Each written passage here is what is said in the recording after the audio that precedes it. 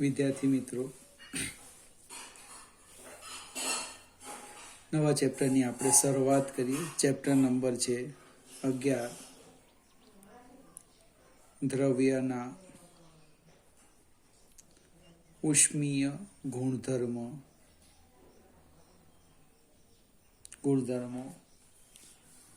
દ્રવ્યના યાંત્રિક ગુણધર્મો જોયા, તરલના યાંત્રિક જોયા. હવે આપણે ઉષ્મીય ગુણધર્મની વાત કરીએ. પહેલા આપણે શરૂઆત કરીએ. પ્રવેશ ચોપડીમાં જરા જોઈ લેજો. તાપમાન અને ઉષ્મા અથવા ઉષ્મા અને તાપમાન.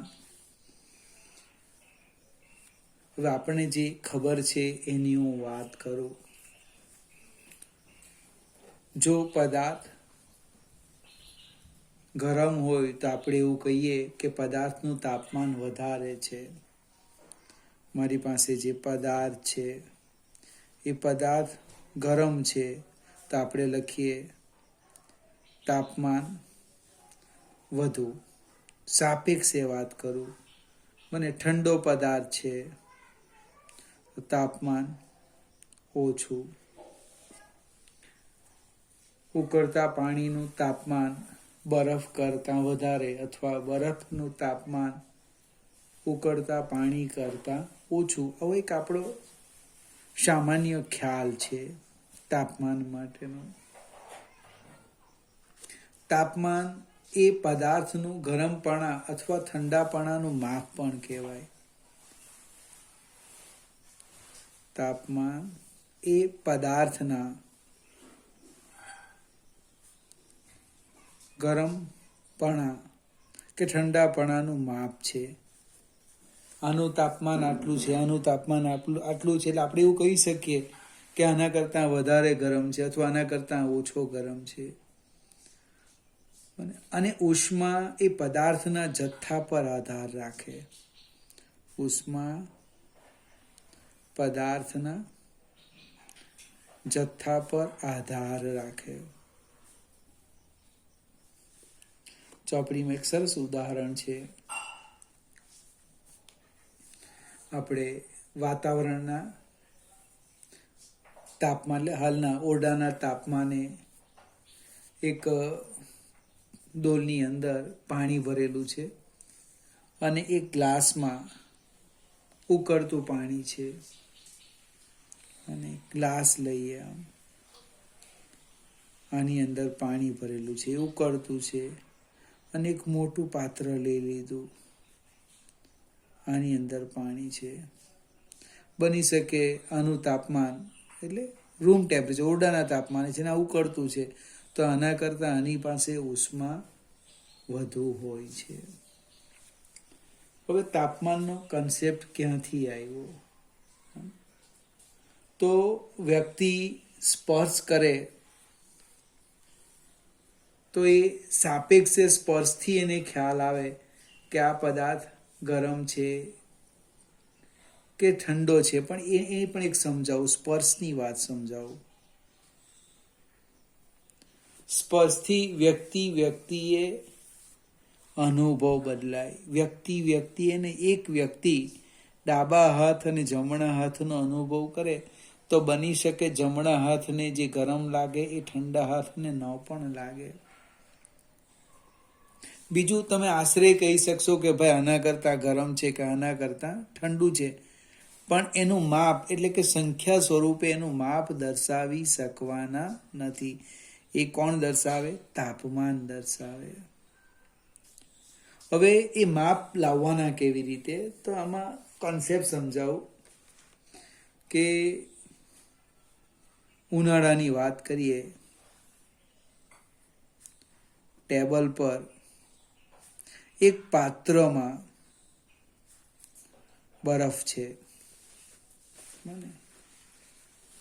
હવે એનું અવલોકન કરીએ તો એ બરફનું તાપમાન ધીમે ધીમે વધે છે. તાપમાન વધે સમય જતા.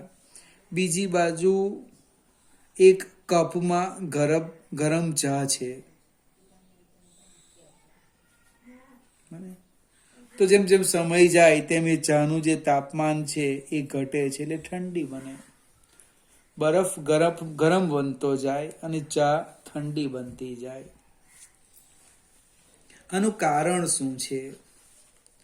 તો બરફ અને ચા અને વાતાવરણ તમે જે લેવો એટલે તંત્ર અને પરિસર વચ્ચે,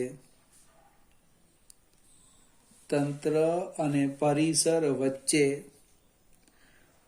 તાપમાનના તફાવત ને કારણે શું થાય? ઉષ્મા ઉર્જાનું વહન થાય. હવે બરફમાં પરિસરમાંથી બરફમાં જવાની બને, વાતાવરણમાંથી બરફમાં ઉષ્મા ઉર્જાનું વહન થાય, અને ચામાં કપમાં ચામાંથી વાતાવરણમાં ઉષ્મા ઉર્જાનું પ્રસરણ થાય. આ ઉષ્મા ઉર્જાનું જે આપલે થાય છે એને આપણે ઉષ્મા કહીએ. ઉષ્મા અને ઉષ્મા ઉર્જા બંને શબ્દ અલગ છે. ઉષ્મા એટલે શું? તો કે તંત્ર અને પરિસર વચ્ચે તાપમાનના તફાવતને કારણે વિનિમય મીન્સ આપલે થતી, વિનિમય થતી ઉર્જાને ઉષ્મા ઉર્જા કહે છે. ઉષ્માનો એકમ એટલે ઉર્જાનો એકમ. મને ઉષ્માનો યુનિટ કયો લખવાના? તો કે જૂલ. જૂલ પહેલા એક કેલરી શબ્દ હતો, આજે પણ એનો આપણે ઉપયોગ કરીએ. ખોરાકની વાત કરીએ તો એ પેકિંગ પર લખ્યું હોય કે આ ખાવાથી આટલા કેલરી ઉર્જા મળે. કેલરી ખરેખર એસઆઈ પદ્ધતિનો એકમ નથી, પણ એનો ઉપયોગ સૌથી વધારે છે. જ્યારે તાપમાનનો એકમ છે, તાપમાનનો યુનિટ છે કેલ્વિન.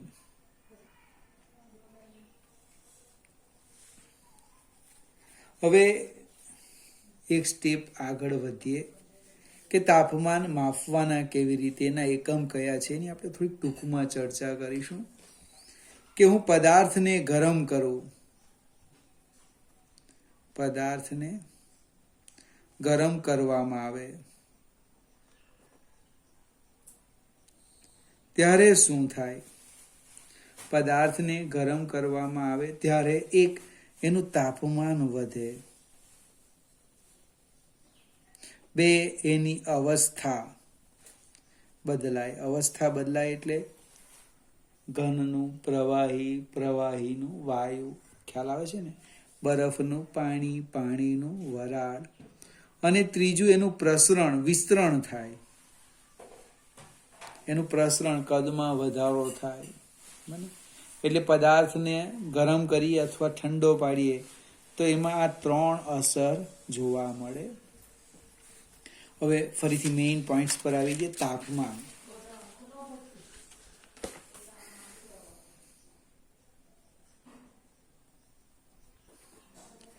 જે સાધન તાપમાનનું માપન કરે, જે સાધન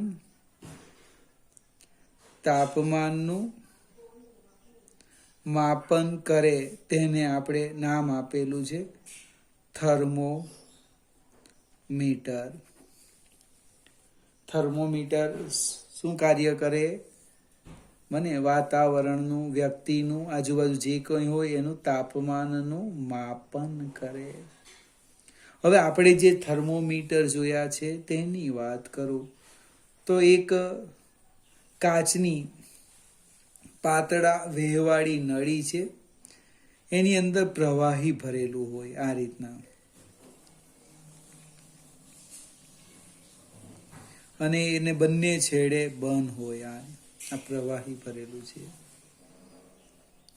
હવે જે પદાર્થનું, જે વસ્તુનું આપણે તાપમાન માપવાના હોય એના સંપર્કમાં આ પ્રવાહીને લાવવામાં આવે. પ્રવાહીના તાપમાન સાથે થતા ઉષ્મીય ફેરફારનો ઉપયોગ કરી આપણે એનું તાપમાન માપી શકીએ છીએ. હવે ઉષ્મીય ગુણધર્મ એટલે આના પછી એ ચર્ચા આવે છે કે તાપમાન વધારે હોય એટલે પ્રવાહીનું પ્રસરણ થશે, એટલે પ્રવાહી ઉપર આવશે. જ્યાં અટકી જાય ત્યાં આપણે તાપમાન માપી લઈએ. પ્રવાહી તરીકે જો તમે જોયું હોય મને તો મોટે ભાગે આપણે શાનો ઉપયોગ કરીએ? પારાનો. હાલમાં કેટલાક રેડ કલરનો આલ્કોહોલ મને થર્મોમીટરમાં પ્રવાહી તરીકે મોટે ભાગે પારો જોવામાં આવે, પણ આલ્કોહોલનો પણ ઉપયોગ થાય છે. પ્રશ્ન એ કીધો કે એને આપણે સ્કેલ નક્કી કરવો હોય, તાપમાનનો સ્કેલ, તાપમાનનો સ્કેલ નક્કી એટલે એને અંકન કરવું હોય તો મને બે સ્થિતિ ચોક્કસ જોઈએ, બે બિંદુ, બે સ્થિતિ એવી ચોક્કસ લઈએ કે એનું આપણે એ ઉષ્મીય સંતુલનમાં આપણે એને તાપમાનને નક્કી કરીએ કે આ સ્થિતિ એનું તાપમાન આટલું, આ સ્થિતિ એનું તાપમાન એટલું. ફરીથી થર્મોમીટરનું અંકન કરવા, સ્કેલ નક્કી કરવા માટે આપણને બે નિશ્ચિત ચોક્કસ ફિક્સ સંદર્ભ બિંદુની જરૂર પડે અને ચોક્કસ સ્થિતિની જરૂર પડે. અને એ બે બિંદુ કયા છે? મને તો કે શુદ્ધ પાણીનું આ જે બે બિંદુ છે એની હું વાત કરું. શુદ્ધ પાણીનું એક ઠારણ બિંદુ અને બીજું ઉત્કલન બિંદુ. એકદમ ધીમેથી સમજો, તમને પણ ખ્યાલ આવી જશે.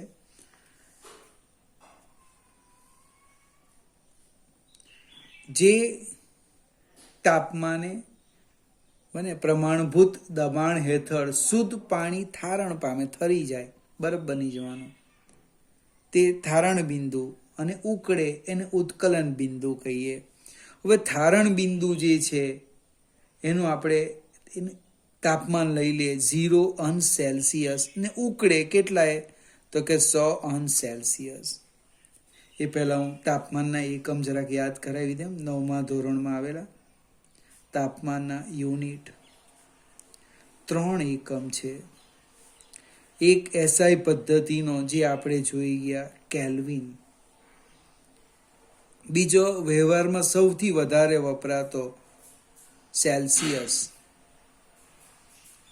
અને ત્રીજો ફેરેનહીટ.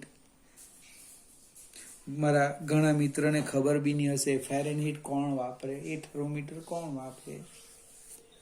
એસઆઈ પદ્ધતિનો એકમ કેલ્વિન,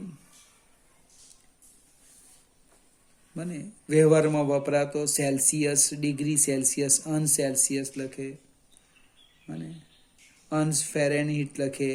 કેલ્વિન અગાડી ખાલી કે જ લખવામાં આવે, અગાડી ઉપર મીંડું મૂકતા નથી. ચલો હશે. હવે મેઇન પોઈન્ટ્સ આપણે પાછા અહીંયા આવી ગયા. બે ચોક્કસ બિંદુ લીધા, ઠારણ બિંદુ અને ઉત્કલન બિંદુ. ઠારણ બિંદુ વખતે પ્રવાહીની સ્થિતિ ક્યાં હતી તો કે અહીંયા હતી, એને મેં 0 અંશ સેલ્સિયસ કહી દીધું. અને ઉત્કલન બિંદુ જ્યારે પાણી ઉકળતું હતું, પ્રવાહીનું વાયુ થતું હતું, એ આ સ્થિતિએ પ્રવાહી કીધું, એને મેં કીધું 100 અંશ સેલ્સિયસ. હવે આ 0 અને 100 વચ્ચે એક સરખા 100 વિભાગ કરી દઈએ, આમ ખ્યાલ આવશે ને? તો એક વિભાગ 1 અંશ સેલ્સિયસ તાપમાન માપે. એક વિભાગ 1 અંશ સેલ્સિયસ તાપમાન માપવાનું, એટલે થર્મોમીટર આપણું શું થાય? તૈયાર થઈ ગયું. હવે આ જે ઠારણ બિંદુ છે એનું સેલ્સિયસ માપક્રમનું તાપમાન લખ્યું 0 અંશ સેલ્સિયસ, અને ફેરેનહીટનું ચોપડીમાં આપેલું છે 32 ફેરેનહીટ, અને 100 અંશ સેલ્સિયસની સામે લખેલું છે 212 ફેરેનહીટ. ઓબ્જેક્ટિવ પૂછી શકાય. ઠારણ બિંદુનું ફેરેનહીટ માપક્રમનું તાપમાન ખાલી જગ્યા, ઉત્કલન બિંદુનું તાપમાન ખાલી જગ્યા, એકમ જે આપ્યો હશે તે ફેરેનહીટ અથવા સેલ્સિયસ. હવે સેજ આગળ જઈએ. સેલ્સિયસ અને ફેરેનહીટ વચ્ચેનો આલેખ દોરી સંબંધ લખવાનો છે. એ હું તમને સમજાવું. અહીંયા આપણે ફેરેનહીટ લઈએ અને એક્સ અક્ષ પર સેલ્સિયસ માપક્રમ લઈએ. અહીંયા ટી અંશ સેલ્સિયસ, અહીંયા ટી અંશ ફેરેનહીટ લઈએ. અહીંયા હું લખું છું 0 સેલ્સિયસ 0 ફેરેનહીટ, અહીંયા લખી દેમ 100 અંશ સેલ્સિયસ, અહીંયા કોઈક જગ્યાએ લખી દેમ 32 ફેરેનહીટ, અહીંયા લખી દેમ 212 ફેરેનહીટ. હવે આને સમતુલ્ય આપણે બિંદુ જોઈ લઈએ તો આપણે આમ અહીંયા ટપકો મૂકી દઈએ એટલે આપણો જે આલેખ છે આવો આવવાનો.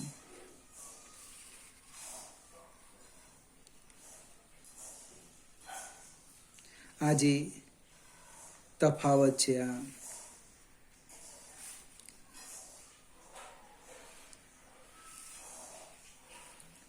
આ લઈ લઈએ. આ તફાવત સેલ્સિયસનો ડેલ્ટા ટી સેલ્સિયસ એ 100 આવવાનો. અહીંયા આ જે તફાવત આવવાનો ડેલ્ટા ટી ફેરેનહીટ 180 ડિગ્રી ફેરેનહીટ આવવાનો. હવે એ વચ્ચેનો સંબંધ દર્શાવતું જે સમીકરણ છે એ સમીકરણ સમજાવજો. ટી ફેરેનહીટ -32 છેદમાં 180 બરાબર ટી સેલ્સિયસ છેદમાં 100. એટલે ખરેખર છે ટી સેલ્સિયસ -0 છેદમાં 100. અહીંયા લખ્યું ટી ફેરેનહીટ -32 ભાગ્યા 100. તમે આને સાદું રૂપ આપો એટલે આમ લખાશે ટી ફેરેનહીટ બરાબર, યાદ રાખજો, ટી ફેરેનહીટ બરાબર 9/5 ટી સેલ્સિયસ માપક્રમ વત્તા 32. બીજું બધું યાદ રહે કે ન રહે,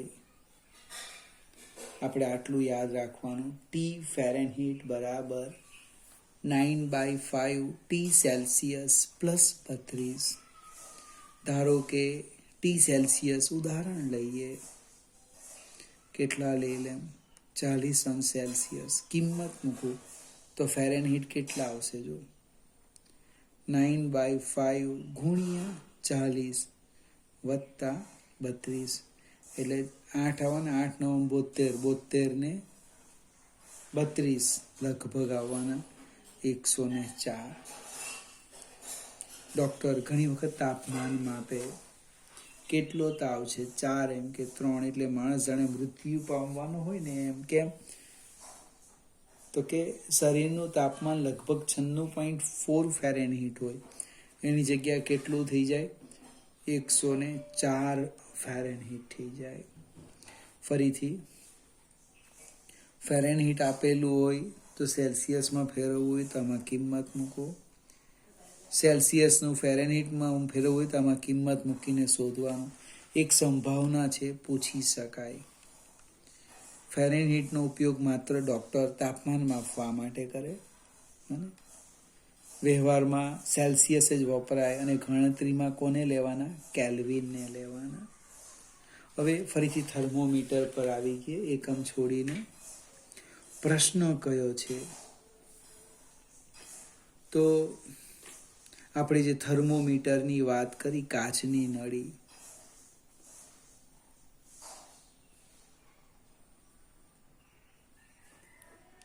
એટલે ચર્ચા તો ઘણી બધી છે, એમાં થોડી હું સમજાવવા પ્રયત્ન કરું કે એની અંદર તમે જુદા જુદા પ્રવાહી ભરો.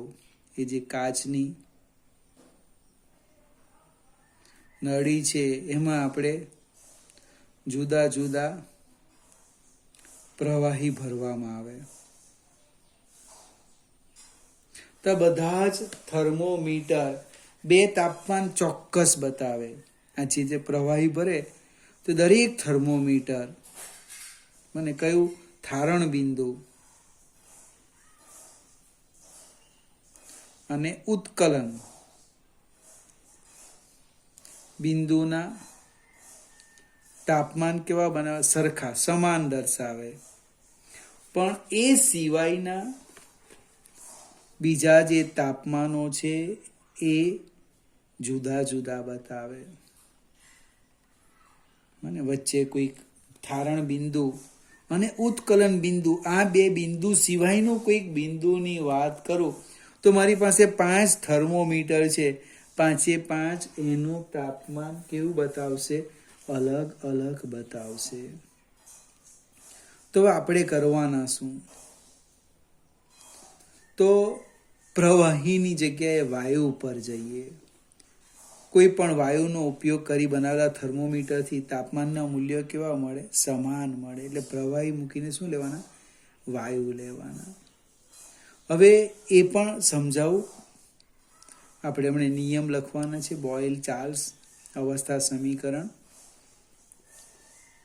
આપણે આદર્શ વાયુ સમીકરણની વાત કરવાના. શા માટે વાત કરવાના? કે તાપમાનનો પ્રશ્ન સોલ્વ કરવા માટે. કે ખૂબ જ અને આ જે પ્રશ્ન આવ્યો આ બેના સમાન બતાવે, બીજાના આ બે બિંદુ સિવાયના બીજા કેવા હોવાના? જુદા જુદા બતાવે. એટલે વાયુ લીધો. કે વાયુનો ઉપયોગ કરી થર્મોમીટર વડે તાપમાનના મૂલ્યો કેવા મળે છે? લગભગ સરખા મળે છે. એ ચેક કરીએ. પ્રયોગ શું દર્શાવે? કે ખૂબ જ ઓછી ઘનતા. ઘનતા કેવી હોય? ઓછી હોય. હું વાયુની વાત કરું છું. વાયુ ખૂબ જ ઓછી ઘનતા વાળા વાયુઓનું પ્રસરણ, દરેક વાયુની પ્રસરણ વર્તણૂક કેવી હોય છે? લગભગ સમાન હોય છે. ખૂબ જ ઓછી ઘનતા વાળા બધા જ વાયુની, દરેક વાયુની ઉષ્મીય પ્રસરણ એની વર્તણૂક લગભગ સમાન હોય છે. એટલે તમે જુદા જુદા પ્રવાહી ભરો, તેનું ઉષ્મીય પ્રસરણ અલગ અલગ આવે એટલે તાપમાન બી જુદું જુદું માપવાનું. જ્યારે ખૂબ જ ઓછી ઘનતાએ જો વાયુ ભરેલો હોય તો એ વાયુનું ઉષ્મીય પ્રસરણની વર્તણૂક કેવી હોય? લગભગ સમાન. એનો અર્થ એ દરેક થર્મોમીટરમાં કોઈ પણ સ્થિતિ હોય એના તાપમાન કેવા આવે? સરખા આવે. ચલો આપણે અહીંયા અટકી ગયા છે. આગળ જઈએ. અવસ્થા સમીકરણ. અવસ્થા સમીકરણની વાત કરું. તાપમાન આપણું બાકી છે. અવસ્થા સમીકરણમાં 2 નિયમ છે. એમાં પહેલો નિયમ બોયલનો નિયમ. એ પહેલા હું અવસ્થા દર્શાવતી ભૌતિક રાશિ લખું. અવસ્થા દર્શાવતી ભૌતિક રાશિ કઈ કઈ છે? તો 3 રાશિ લેવાના. એક તાપમાન, બીજું દબાણ અને ત્રીજું કદ. અને ચોથી પણ ભૌતિક રાશિ છે દ્રવ્યનો જથ્થો. અને ચોથી પણ ભૌતિક રાશિ છે દ્રવ્યનો જથ્થો. આજે 4 ભૌતિક રાશિ છે, 1, 2, 3 અને 4. એને આપણે શું કરવાના? 4 માંથી કોઈ પણ 2 ને અચળ લેવાના અને બાકીની 2 વચ્ચે સંબંધ મેળવવાના. એમાં પહેલો જ સંબંધ છે બોયલનો નિયમ. મારા કેટલાક મિત્ર એને ગોખવા પ્રયત્ન કરે. પ્લીઝ ગોખવાનું નથી. આજે 4 ભૌતિક રાશિ છે એમાં બોયલે શું કીધું? 2. એક દ્રવ્યનો જથ્થો અને બીજું તાપમાન અચળ રાખ્યા. તો એનું જે દબાણ છે એ કદના વ્યસ્ત પ્રમાણમાં, અથવા આમની લખવું હોય તો કદ એ દબાણના વ્યસ્ત પ્રમાણમાં. કદ વધે દબાણ ઘટે, કદ ઘટે દબાણ વધે, જેમ લખવું હોય તેમાં. હવે આને શબ્દમાં લખવાના. શબ્દમાં કેવી રીતે લખે? તો અચળ તાપમાને, અચળ તાપમાને બને પૂરતી ઓછી ઘનતા વાળા, બને અચળ તાપમાને ઓછી ઘનતા વાળા નિશ્ચિત જથ્થાનું કદ અથવા દબાણ એ દબાણના વ્યસ્ત પ્રમાણમાં હોય છે. ફરીથી, અચળ તાપમાને ખૂબ જ ઓછી ઘનતાવાળા નિશ્ચિત જથ્થાના વાયુનું કદ દબાણના વ્યસ્ત પ્રમાણમાં હોય છે. દબાણ વધે કદ ઘટે, દબાણ ઘટે કદ વધે. આ પણ બોલાય. કેટલાક ગોખવાનું નથી, યાદ રાખવું પડશે. શું તો કે બોઇલે બે ભૌતિક રાશિને અચળ લીધેલું, એક તાપમાન અને બીજું દ્રવ્યનો જથ્થો. બીજો નિયમ છે ચાર્લ્સનો નિયમ.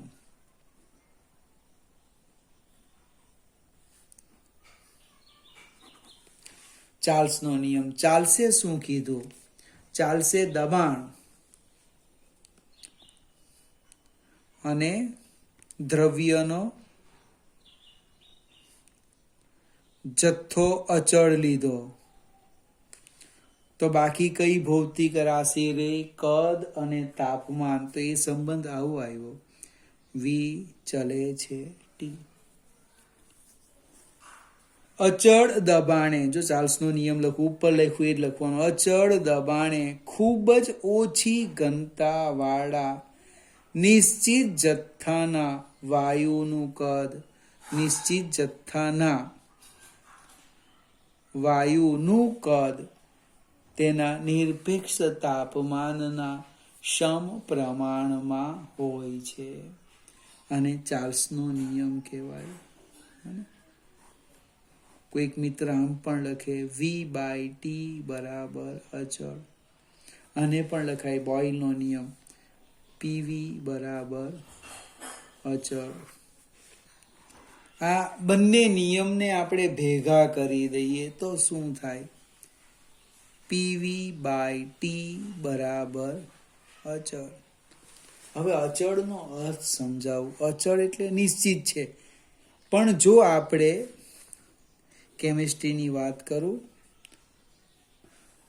દબાણ અને તાપમાન જો અચળ રાખવામાં આવે, કુલ 4 ભૌતિક રાશિ છે, તો આપણે તો પહેલા શું કીધું?